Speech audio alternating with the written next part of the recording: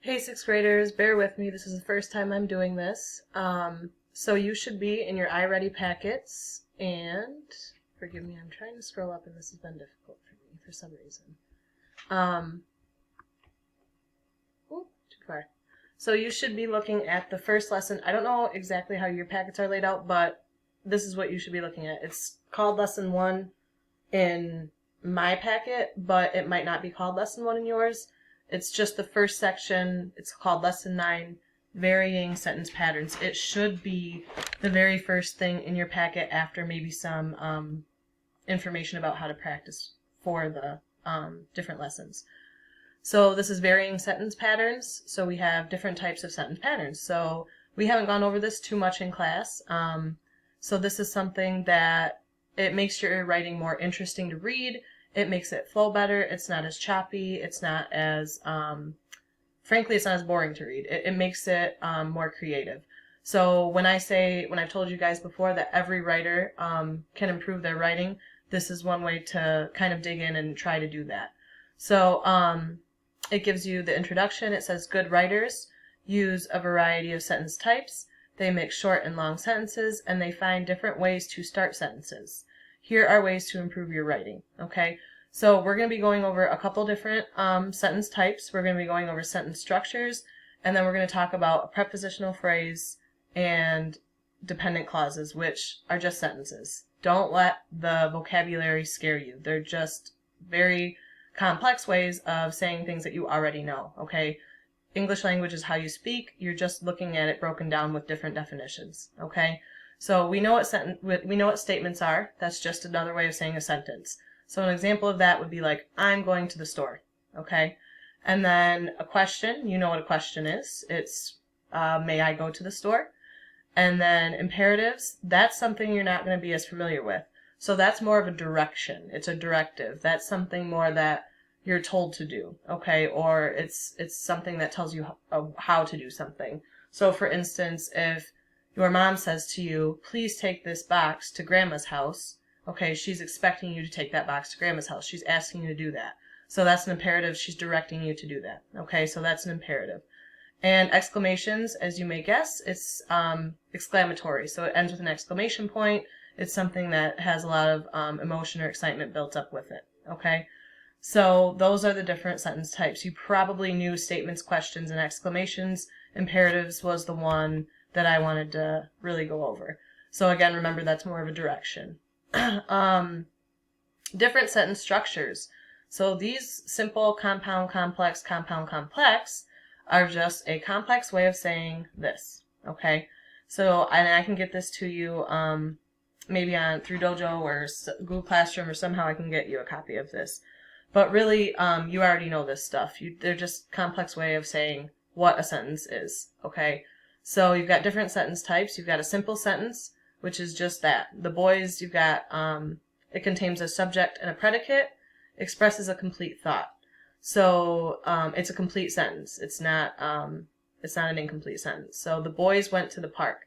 Very simple. The subject is the boys. Predicate is they went to the park. Okay. We like pizza. Subject is we. Like pizza is the predicate. Okay. Very simple sentences. And if you can imagine those in a paragraph, the boys went to the park. We like pizza. It's very choppy when you read it like that. If you just have a paragraph with all simple sentences. Simple sentences are useful in writing, but not over and over and over again. It gets very repetitive.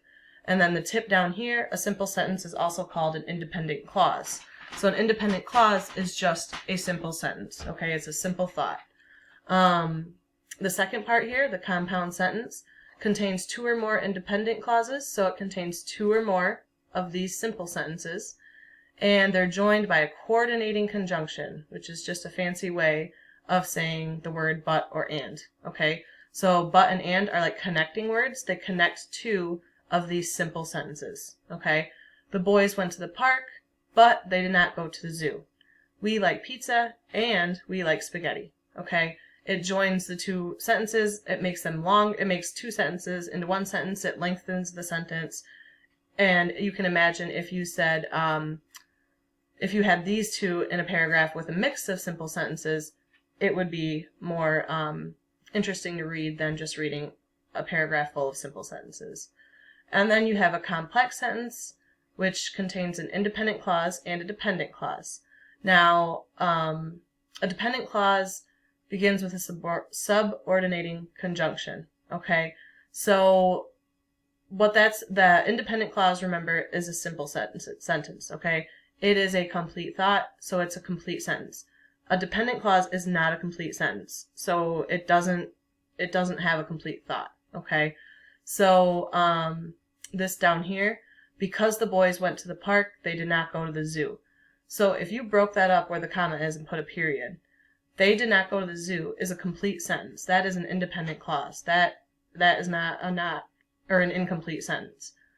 Because the boys went to the park, if you had a period there, it's an incomplete, it's a dependent clause. It needs more, okay? It's dependent on something. It needs more explanation. Because the boys went to the park, what?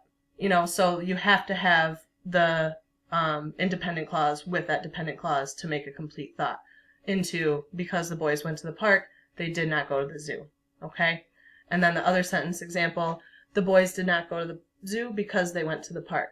So again, if you had your period here, the boys did not go to the zoo, period. Complete thought, we get that. The boys did not go to the zoo. We know the subject is the boys, did not go to the zoo as the predicate. However, if you have your period here, and you capitalize this B and make it a second sentence, because they went to the park. That doesn't tell me anything. That just tells me because they went to the park what? It leaves you hanging. So when you have that, when you combine them, and so that because they went to the park, that is a dependent clause, because it is dependent on the independent clause that stands alone, because it needs that extra information to be a complete thought. So that's your little grammar lesson for the day, okay? So you go back to your iReady packet here, and you have, they have a draft of a boring paragraph with a bunch of simple sentences, and then they have a revision that has a mix of all of this up here, okay? So the draft here, we went on an impressive field trip. We went to the Science Museum. The building was huge. It had many exhibits. I especially liked the laser exhibit. You should make sure to visit the museum. You should make sure to visit the museum is an imperative sentence, but it's a simple sentence. They have different types. They don't have any exclamations. They don't have any questions. They have one imperative. The rest are just simple statements. Okay? When you go down to the revision, our field trip to the Science Museum really impressed me.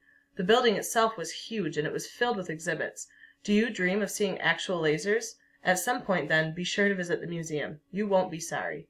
So that obviously flowed a lot better because they added more examples of these into their paragraph. So the first sentence is, of course, a statement.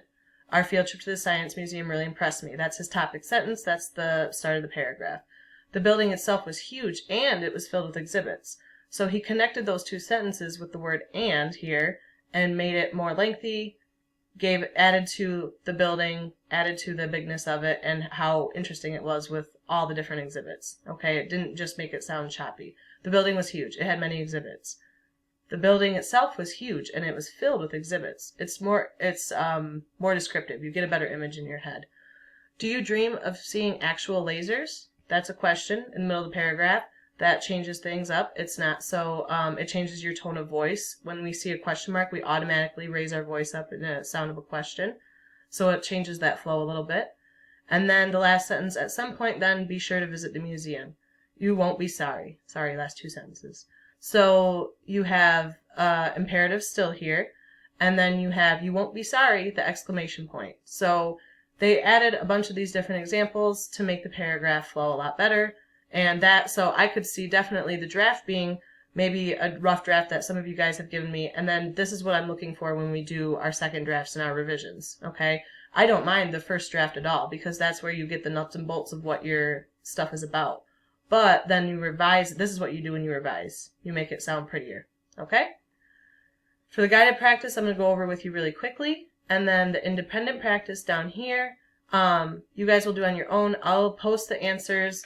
So the way it'll work is Tuesdays and Thursdays you have these. So Tuesday evenings and Thursday evenings I will post the answers to the independent practice. Okay? And that might change as we go depending on how it works out. That's just how I'm going to do it right now. So back to the iReady packet. You've got a hint over here.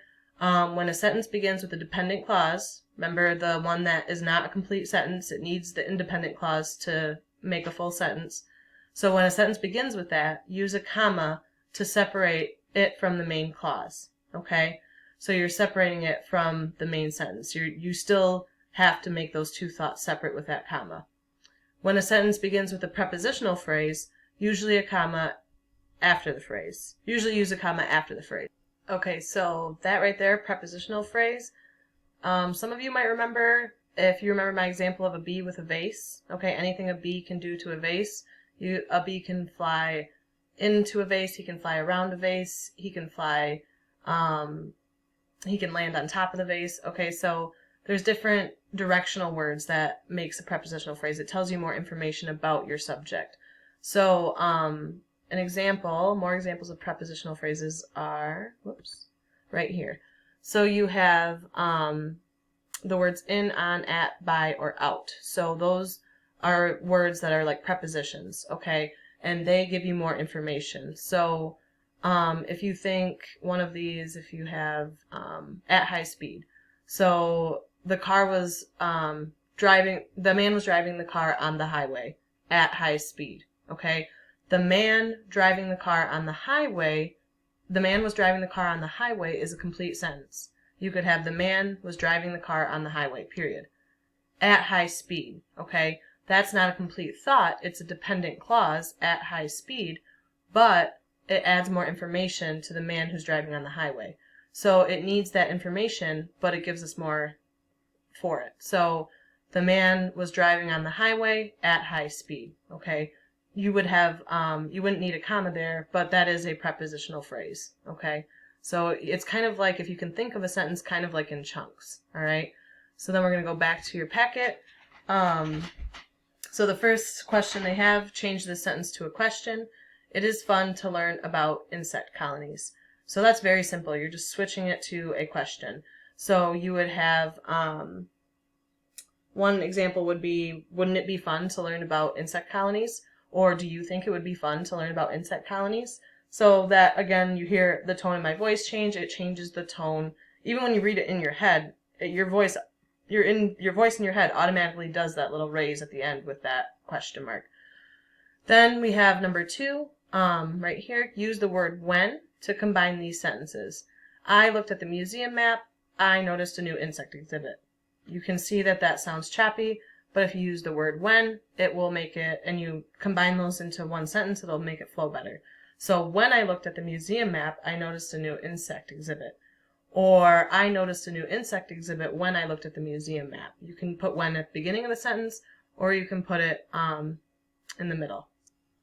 Now when you look at number 3, you're beginning it with a prepositional phrase. So you're combining those two sentences to begin it with a prepositional phrase. It was near the entrance to the exhibit. The first thing I saw was a giant grasshopper. Remember, prepositional phrase is directional information. That be with the vase, beside, on top of, near. So it was near the entrance. So I would rephrase that to say, near the entrance to the exhibit, the first thing I saw was a giant grasshopper. So you have your prepositional phrase and it's a dependent clause. Near the entrance to the exhibit, it's dependent upon the independent clause, which is the first thing I saw was a giant grasshopper. That's a complete sentence. But if you just have near the entrance to the exhibit, comma, the first thing I saw was a giant grasshopper, it sounds better, it flows better, and it gives you more, it ties those two things together better. Because this does sound incomplete to me, the first sentence, it was near the entrance to the exhibit. If you change that to a dependent clause, near the entrance to the exhibit, comma, the first thing I saw was a giant grasshopper, it flows better, it's a longer sentence, it's not as choppy. So this is just, this whole lesson is just a way to make your writing better. And then, again, I'll get you the answers to the independent practice tonight. Do your best. This is not a test. You're not going to be graded. You're all going to move on next year. This is just practice to keep your mind sharp. All right, thanks, guys. Miss you.